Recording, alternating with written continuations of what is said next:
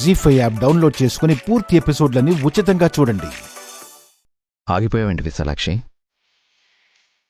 నాన్న, మొదటిసారిగా నేను మీ ఇంట్లో అడుగు పెడుతున్నాను కదా, నా కాళ్ళు కడగరా? ఇక్కడ? అవును. హాసనక్క, పళ్ళం చెంబులో నీళ్లు తీసుకొస్తావా? 10 లెక్క పెట్టే లోపు తీసుకొచ్చేస్తా.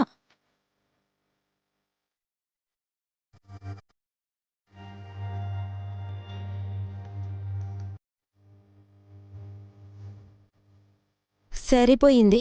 తను అడగడం, వాళ్ళు సరే అనడం. నేను చెప్పాను కదా, ఆ పిల్లకి కొంచెం క్రాక్ అని. అన్నయ్య, అలా అనకు. పాపం తనకి అలా రావాలనిపించిందేమో.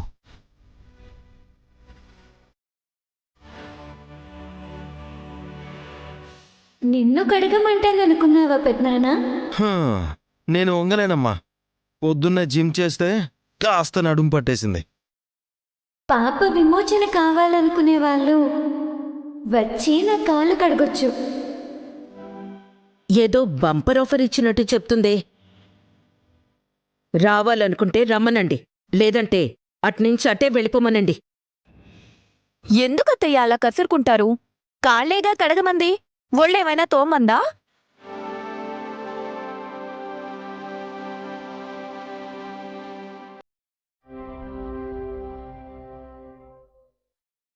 ఇటివ్వక్క.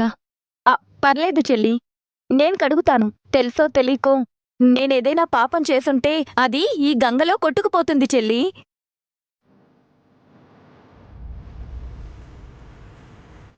ఒక ఆయన గంగను నెత్తిన పెట్టుకున్నాడు. నేను పాదాల దగ్గరికి రమ్మన్నాను. పెద్దమ్మ, నువ్వు, ఈ అమ్మ, ఆ సుమన, ముగ్గురు ఈ ఇంటి కోడళ్ళే కదా?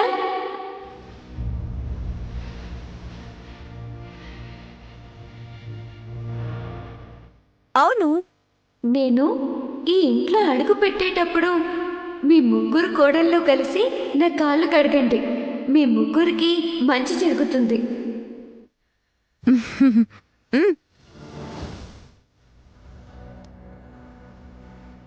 చిచి, నేను నీ కాలు పట్టుకోవడం ఏంటి? చచ్చిన పట్టుకోను.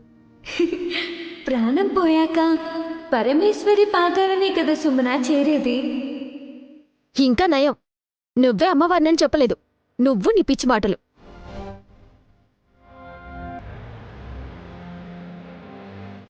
నువ్వు కడగకపోతే కడగకపోయావు, ఎవరిని ఏమనకుండా ఉంటే మంచిది.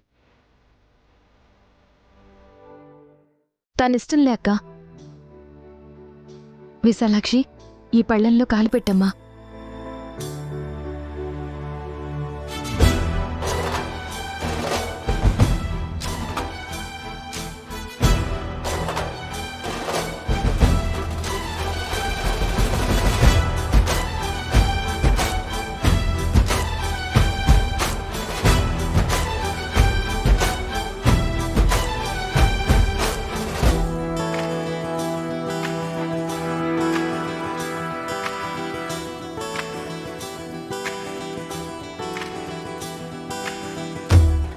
లోపలికి పదమ్మా.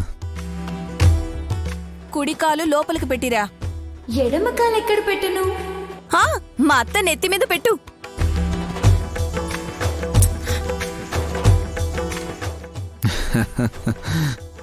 ఏమో, అలాగే జరగొచ్చు పెద్దమ్మా. హే మెంటల్ హాసిని, నువ్వు ఆ పిచ్చమ్మాయి ఇద్దరికిద్దరు జతయ్యారు.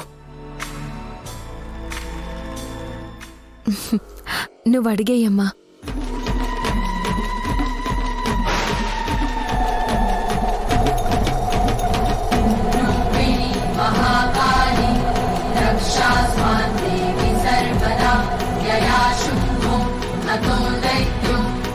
జీ5 యాప్ డౌన్లోడ్ చేసి అన్ని ఎపిసోడ్స్ పూర్తి ఉచితంగా చూడండి.